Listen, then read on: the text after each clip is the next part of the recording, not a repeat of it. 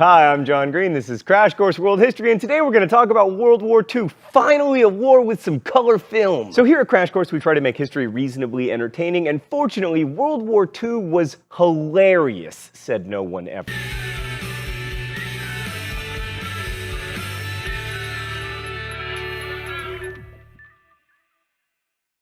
Right, so you've probably heard a lot about World War II from movies and books, the History Channel before it decided that swamp people were history, the incessant droning of your grandparents, etc. We're not going to try to give you a detailed synopsis of the war today. Instead, we're going to try to give a bit of perspective on how the most destructive war in human history happened and why it still matters globally. So one of the reasons history classes tend to be really into wars is that they're easy to put on tests. They start on one day and they end on another day, and they're caused by social, political, and economic conditions that can be examined in a multiple choice kind of manner, except not really. Like, when did World War II start? In September 1939, when the Nazis invaded Poland? I'd say no. It actually started when Japan invaded Manchuria in 1931, or at the very latest, when the Japanese invaded China in 1937, because they didn't stop fighting until 1945. Then again, you could also argue 1933, when Hitler took power, or 1941, when America started fighting. It's complicated. But anyway, in China, the fighting was very brutal, as exemplified by the infamous rape of Nanking, which featured the slaughter of hundreds of thousands of Chinese people, and is still so controversial today that 1, it affects relations between Japan and China, and 2, even though I have not described it in detail, you can rest assured that there will be angry comments about my use of the word slaughter. But the World War II we know the most about from movies and TV is primarily the war in the European theater, the one that Adolf Hitler started. Hitler is the rare individual who really did make history. Specifically,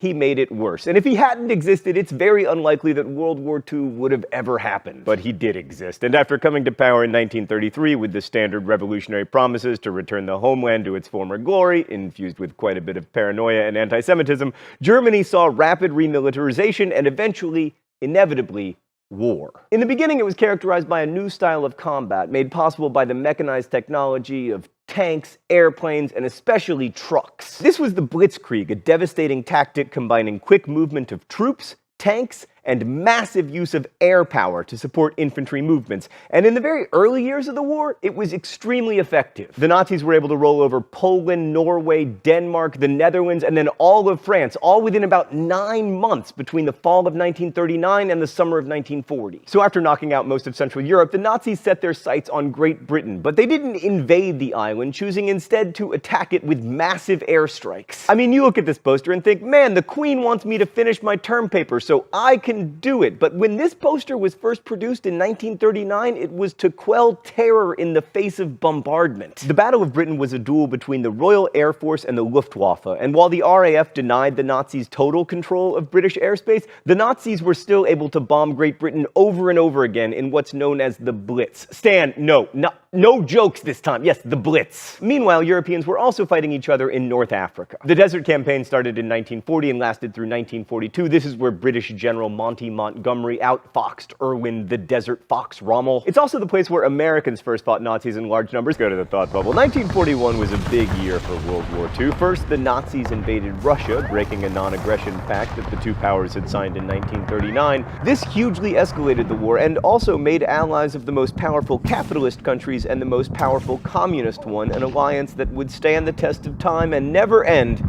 until like 3 seconds after the defeat of the Nazis. The Nazi invasion of Russia opened the war up on the so-called Eastern Front, although if you were Russian, it was the Western Front, and it led to millions of deaths, mostly Russian. Also, 1941 saw a day that would live in infamy when the Japanese bombed Pearl Harbor, hoping that such an audacious attack would frighten the United States into staying neutral, which was a pretty stupid gamble because 1, the US was already giving massive aid to the Allies and was hardly neutral, and 2, the United States is not exactly famed for its pacifism or political neutrality. 1941 also saw Japan invading much of Southeast Asia, which made Australia and New Zealand understandably nervous. As part of the British Commonwealth, they were already involved in the war, but now they could fight the Japanese closer to home. And shut up about how I never talk about you Australians, I just gave you 1.5 sentences. But by the time the Americans and Australians started fighting the Japanese, it was already a world war. Sometimes this meant fighting or starving or being bombed. Other times it meant production for the war. You don't think of Argentina as being a World War II powerhouse, for instance,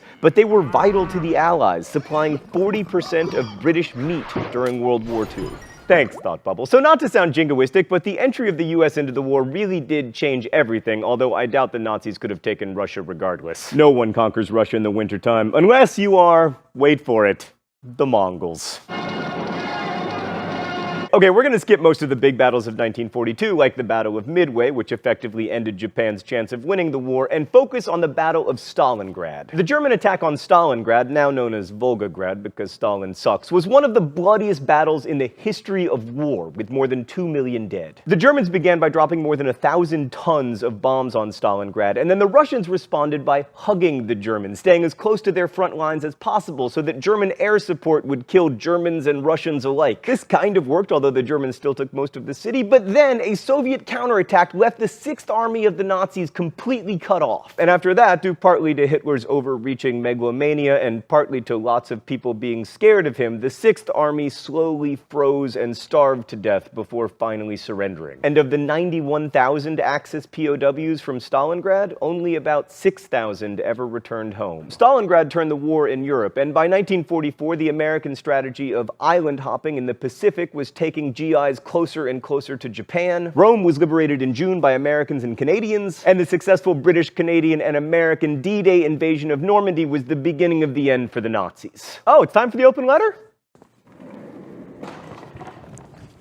An open letter to Canada. But first, let's see what's in the secret compartment today. Oh, it's Canadian mittens! I want to thank the Canadian Crash Course fans who sent us these mittens. Canadians are just so nice, Stan. Like, all we ever do on this show is make fun of them, and they're just like, it's so kind of you to mention us. Here's some mittens! Dear Canada, we're not always nice to you here on Crash Course, but you are awesome. I'm pointing, but you can't tell because I'm wearing mittens. 45,000 Canadians died fighting for the Allies in World War II, which means that per capita, Canada lost more people than the United States. You fought with the Royal Air Force to defend Great Britain from the beginning of the war, and you were there on D-Day successfully invading Juno Beach, and as many of you have pointed out in comments, you defeated the United States in the War of 1812, meaning that arguably, Canada, you are the greater military power. Best wishes, John Green. So by the end of 1944, the Allies were advancing from the west, and the Russian Red Army was advancing from the east, and then the last-ditch German offensive at the Battle of the Bulge in the winter of 1944 and 1945 failed. Mussolini was executed in April of 1945. Hitler committed suicide at the end of that month, and on May 8, 1945, the Allies declared victory in Europe after Germany surrendered unconditionally. 3 months later, the United States dropped the only 2 nuclear weapons ever deployed in war. Japan surrendered, and World War II was over. The war had a definite cause: unbridled military expansion by Germany, Japan, and to a small extent, Italy. Now, it's easy to claim that Hitler was crazy or evil, and in fact, he was certainly both, but that doesn't explain the Nazis' decision to invade Russia, and it sure doesn't explain Japan's decision to bomb Pearl Harbor. And there are many possible explanations beyond mere evil, but the most interesting one to me involves food. Hitler had a number of reasons for wanting to expand Germany's territory, but he often talked about Lebensraum, or living space, for the German people. German agriculture was really inefficiently organized into lots of small farms, and that meant that Germany needed a lot of land in order to be self-sufficient in food production. The plan was to take Poland, the Ukraine, and Eastern Russia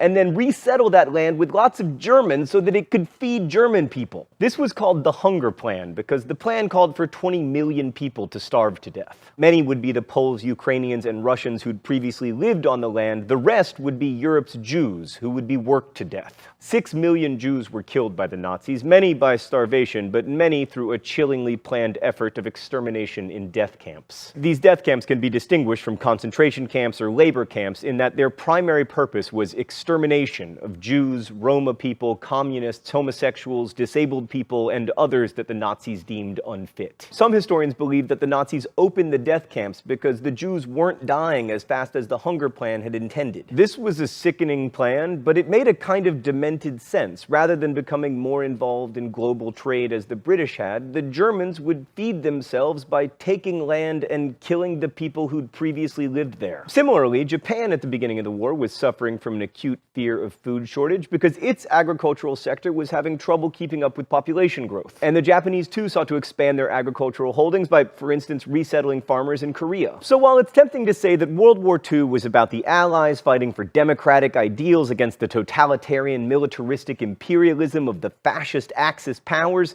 it just doesn't hold up to scrutiny. For instance, a hugely important Allied power, Stalin's Soviet Union, was like the least democratic place ever. Stan just said that was hyperbole, but it's not. Stalin's Soviet Union is tied with all of the other completely undemocratic countries for last place on the democracy scale. It's a big community there at last place, but they're definitely in there somewhere. And by far the biggest imperialists of the war were the British. They couldn't have fed or clothed themselves or resisted the Nazis without their colonies and commonwealth. So why is World War II so important? Well, first, it proved the old Roman adage, homo homini lupus. Man is a wolf to man. This is seen most clearly in the Holocaust, but all the statistics are staggering. More than 1 million Indian British subjects died, mainly due to famine that could have been avoided if the British had redistributed food, and their failure to do so helped convince Indians that the so-called superior civilization of the British was a sham. More than 1 million Vietnamese died, mainly due to famine. 418,000 Americans, more than 1 million non-combatants in both Germany and Japan, and 20 million people in the Soviet Union, most of them civilians. These civilians were targeted because they helped sustain the war, mostly through industrial and agricultural production. In a total war, when a nation is at war, not just its army, there's no such thing as a non-military target. From the firebombing of Dresden to Tokyo to Hiroshima, the line between soldier and civilian blurred. And then, of course, there is the Holocaust, which horrifies us because the elements of Western progress, record-keeping, industrial production, technology,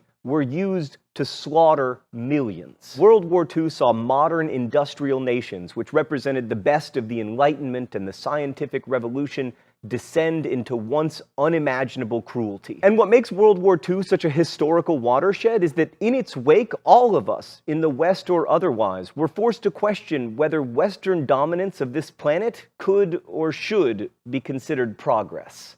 Thanks for watching. I'll see you next week. Crash Course is produced and directed by Stan Miller. Our script supervisor is Meredith Danko. Our associate producer is Danica Johnson. The show is written by my high school history teacher, Raul Meyer, and myself, and our graphics team is Thought Bubble.